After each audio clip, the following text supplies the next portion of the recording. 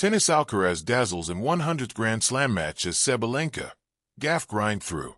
Melbourne, January 23, Reuters. Arena Sabalenka and Coco Gauff took a rocky path to the fourth round of the Australian Open on Friday, but Carlos Alcaraz glided into the last 16 in his 100th Grand Slam match.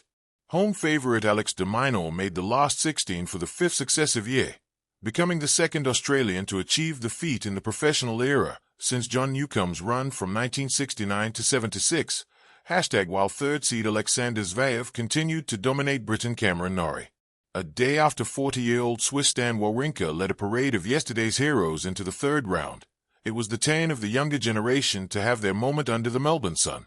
American 18-year-old Eva Jovic toppled 7th seed Jasmine Paolini 6-2 7-6-3, and Canadian 19-year-old Victoria Mboko beat 14th seed Clara Tauson to book a showdown with twice-champion Sabalenka, a 7-6-4, 7-6-7 winner over Anastasia Potapova. Russian 18-year-old Mira Andreeva joined them by beating Elena Gabriela Ruse 6-3 6-4. Alcaraz earlier produced a highlight reel 6-2 6-4 6-1 win over French drop shot specialist Corentin Moutet before the 21-year-old Gauff recovered from losing her first set of the event to overhaul fellow American Hailey Baptiste 3-6 6-0 6-3. Chasing a first title at Melbourne Park, the 22-year-old Alcaraz is bidding to become the youngest man to win all four majors and has appeared unstoppable. In the second match at Rod Laver Arena, he won what might end up as the rally of the tournament against Moutet by chasing down a lob with a tweener and then threading a shot down the line. Moutet is no slouch, but the 32nd seed was reduced to the fall guy in Alcaraz's magic show, becoming the 14th victim in the Spaniard's unbeaten run against left-handers. Despite the ease of the win, chasing down Moutet's drop shots became a chore, Alcaraz joked. "I thought we were in a drop shot competition, but definitely he won," he said. De Minaur dazzles. While de Minaur's 6-3 6-4 7-5 win over American 29th seed Frances Tiafoe lacked the magic on the main show court, it was no less efficient, leaving Australian fans happy and hopeful. It has been 50 years since Mark Edmondson lifted the trophy at the Australian Open, and the country's hopes on the men's side have rested on de Minaur in recent years. As the years have gone by, I'm looking for more and I'm in a position where I want more, declared de Minaur, who takes on Alexander Bublik next. "I'm going to be pushing for that." Like the Australian, Zverev is seeking his maiden Grand Slam trophy, and the German beat Norrie 7-5 4-6 6-3 6-1 for a seventh victory over the Briton in as many meetings. Tiebreak tyrant. Sabalenka is favorite to win the women's title but had a torrid time against Russia-born world number 55 Potapova, who represented her adopted nation Austria with distinction. Victory extended Sabalenka's incredible unbeaten record in tiebreaks to 21, having won 19 in succession last season. "I know every ball is important in the tiebreak. You can't lose your focus for a second because it's gone really quickly," Sabalenka said. "So you have to be there 100%. That's my approach. I just take it one point at a time." Three-time men's finalist Daniil Medvedev was another gathering confidence after a tense win. He became the first player to win from 2 sets down at this tournament against Hungary's Fabian Marozsan, winning 6-7, 5, 4-6 7-5 6-0 6-3 in the early match at Margaret Court Arena. Medvedev will have revenge on his mind when he plays Lennart Tien for a spot in the quarterfinals, having been knocked out by the young American in the second round last year. It was the end of the road for Medvedev's childhood friend Andrei Rublev, who lost 6-3 7-6, 4, 6-3 to Francisco Cerundolo. No more Turkish delight.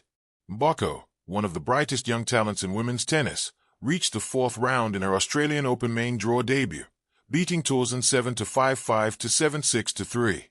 But it was the end of Turkish delight at Melbourne Park as wily Kazakh Yulia Putintseva ended Zeynep Sonmez's run. Melbourne's strong Turkish community was out in force in support of world number 112 Sonmez, decorating Kia Arena with red flags, but Putintseva gleefully taunted them after the victory, blowing kisses and dancing near her seat. "What can I do?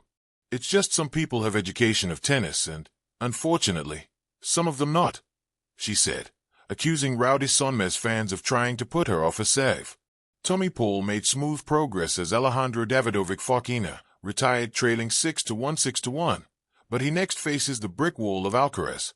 Czech 19th seed Karolina Muchova thrashed Poland's Magda Linette 6-1 6-1 to book a match with Gauff, while Elina Svitolina beat Diana Schneider 7-6, 4, 6-3. Reporting by Ian Ransom and Srivastava Srido in Melbourne and Rohit Nair in Bengaluru. Editing by Toby Davis. There are days at a Grand Slam when tennis feels less like a sport and more like a language, spoken in topspin, pauses, and the collective hush of thousands holding their breath. This was one of those days. Not because everything was easy, but because greatness showed its many faces, the joy of brilliance, the grit of survival, and the quiet insistence of champions who refused to leave early. Carlos Alcaraz walked onto court carrying the invisible weight of a number. 100. A century of Grand Slam matches before most players have even learned how to lose properly on the biggest stages. Numbers like that can stiffen the arm or cloud the mind. But Alcaraz wears milestones the way some people wear music, loosely, happily, letting rhythm do the work. From the first rally, his tennis felt unburdened. The feet danced. The forehand sang. He bent time in that peculiar Alcaraz way, arriving early to balls that hadn't yet decided where they were going. Every now and then, he looked toward his box with a grin that said, "Are you seeing this too?" The crowd, of course, was. What makes Alcaraz dazzling isn't just the shot-making, though there were plenty of shots that seemed to disobey geometry, but the sense that he is playing with the moment rather than against it. A drop shot wasn't a risk, it was a conversation starter. A sprint to the net wasn't desperation, it was curiosity. In his 100th Grand Slam match, he didn't perform history. He played joy. That joy radiated outward. Spectators leaned forward, phones half forgotten, as if something unrepeatable might happen at any second. And often, it did. A passing shot threaded through a space that didn't exist. A backhand flicked like an afterthought and landing like a promise kept. This is how Alcaraz turns tennis into theater, without theatrics. The racket does the talking. Elsewhere on the grounds, the mood was different. Not lighter or heavier, just more stubborn. Arena Sabalenka's match did not float. It dug in. Every game felt earned. Every hole defended like territory.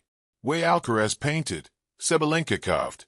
Her power didn't arrive as fireworks but as pressure. Relentless, cumulative, exhausting for anyone standing on the other side of the net.